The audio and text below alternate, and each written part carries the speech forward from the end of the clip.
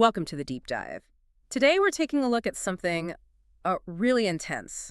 We're analyzing the lyrical content from N.U.M.B's track, Casket Show.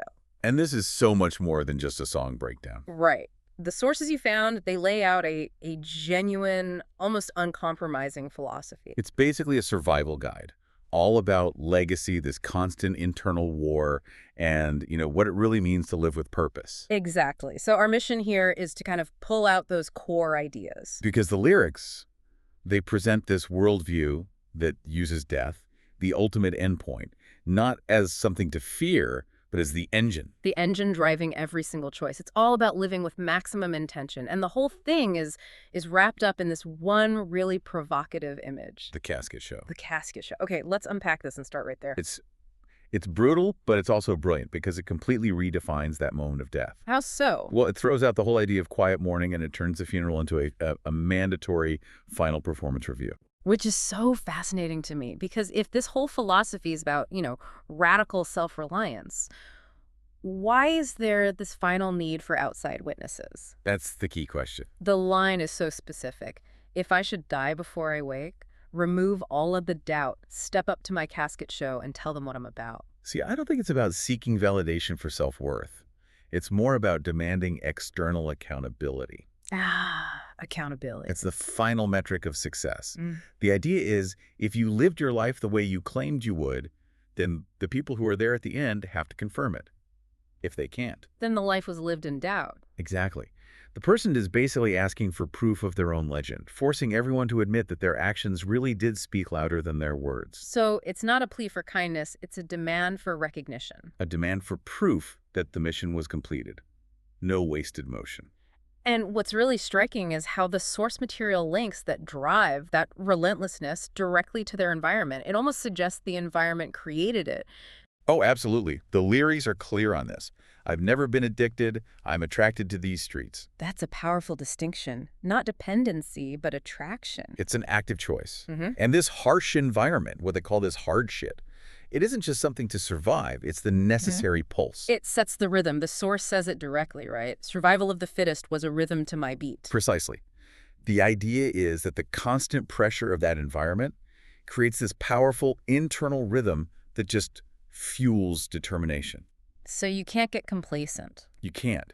The street provides the beat, and the only way to dance to it is with maximum constant effort. Yep. It's a very high-stakes version of natural selection, but for daily life. That's a powerful external picture, but then the sources reveal that this drive comes at a huge emotional cost. This is where the narrative shifts, and you see this draining, constant internal conflict. And that's maybe the most human part of the whole thing. The lyrics really dig into this ongoing identity crisis. Past versus present.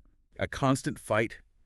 There's this idea of reinvention, but it's always being dragged back by history. Yeah. The old me is dead and gone, and the new me just wants to follow. The new identity is always chasing the ghost of the old one. Yeah, and you see this struggle in the stark contrast between how they appear and what's really going on inside. But that line, think I'm full of myself, but the real me is hollow, that just stops you in your tracks. It's breathtaking. It suggests all that external confidence is just, it's armor. Psychological armor. Right, necessary for that high-stakes world, but it's shielding this core emptiness or just exhaustion from the constant battle. They say it plainly.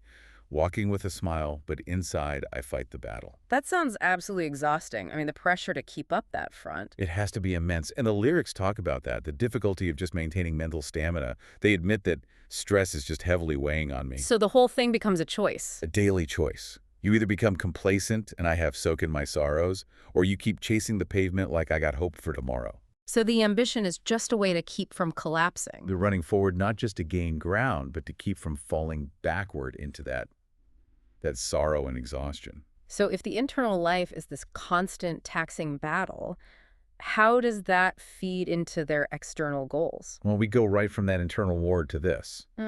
This incredibly ambitious but very unconventional definition of success. Right. They just reject the standard path. I don't want to sell my soul just to rise up in fame. And that rejection is crucial. Because if you reject the gatekeepers, You have to build your own system. You have to become the gatekeeper. Exactly. Which is why they say, so then we're doing it ourselves, and we call it the Hall of Fame. It's a total manifesto of self-reliance. They set the rules, they decide who gets in, they set the entire metric. And the metric they set is, it's intentionally almost impossible. They create this astronomical benchmark for ambition. You shoot for the moon while we all aim for the stars. The stars, in that analogy, that's the impossible goal. The truly self-defined achievement way beyond the moon, which is kind of the conventional, achievable ambition. And there's no endpoint. The commitment to escalation is absolute. Once they hit any target, even the stars, the goal is just to move higher. Yeah. After we hit our target, we're going to raise up the bar. Success isn't a destination, it's just An optimized process, a continuous escalation. And this is what leads us to the core operating philosophy they introduced to manage all of this. efficiency. Efficiency. Yeah. But it's a concept that's way deeper than just, working fast. They call themselves efficiency. They say they started living efficiently with no way I could quit it. So what does living efficiently actually mean here? How is it different from just working hard? I think efficiency, in this context, is the mechanism that stops the internal battle from slowing down the external momentum. Working hard can still have wasted effort, doubt. But living efficiently means every single action is optimized toward the goal. You eliminate all the non-essential emotional or physical drag. It's ruthless focus. A ruthless focus on high-yield activity that makes quitting impossible because your entire life is structured around it. That makes perfect sense. It's the only way to counter the stress they admitted was heavily weighing on them. It's a survival mechanism that looks like a success strategy. Exactly. So, okay, let's talk about the obstacles. The sources outline strategies for overcoming, violence, distraction, but also the internal ones. Fear, stagnation. Right, and here the focus shifts entirely to mental liberation. The sources really push for constant intellectual stimulation. The battle is fought in the mind first. Stimulate your brain. There's no reason we can't evolve. And they identify the danger of being stuck in old patterns, what they call the trenches. They refuse to be stuck inside our trend, is preventing us from attacking. The trenches are the psychological traps. They're the ruts of habit, fear of change, all of it.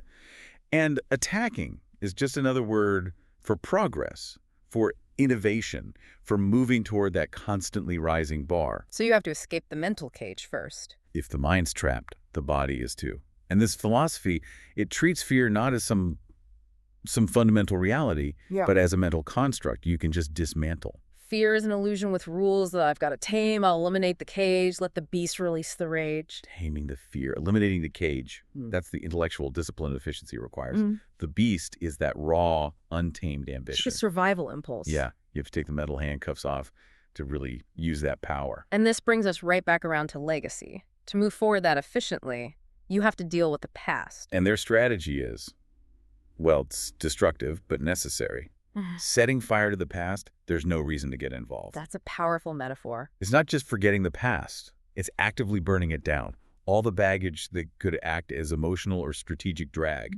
If you're arguing with your history, you lose focus. So by setting it on fire, you ensure 100% of your focus is on that forward trajectory. Toward their self-defined Hall of Fame. So to sum this up, what we've pulled from Casket Show is this brutal but highly functional philosophy. It's built on ruthless personal accountability, this demand for self-defined efficiency, and the belief that only by fighting your own internal doubt and setting impossible goals can you eliminate the uncertainty before your own casket show. And if we connect this to the bigger picture, the material is really suggesting that true success is about defining your purpose so clearly. And executing it so efficiently. That by the time you face that final reckoning, your life's actions have already answered every single question about who you were and what you stood for. No doubt remains. It's a complex, really challenging framework, and the source material leaves us with one final thought. A story never ends if you pick up a pen and write it. So if you apply that logic, and you acknowledge that maybe, that hollow feeling or that stress that's weighing on you, what doubt would your own metaphorical casket show reveal? What doubt do you need to eliminate today? Yeah. What personal cages do you need to break open to truly evolve and define your own path forward? That's the question that really stays with you long after this deep dive is over.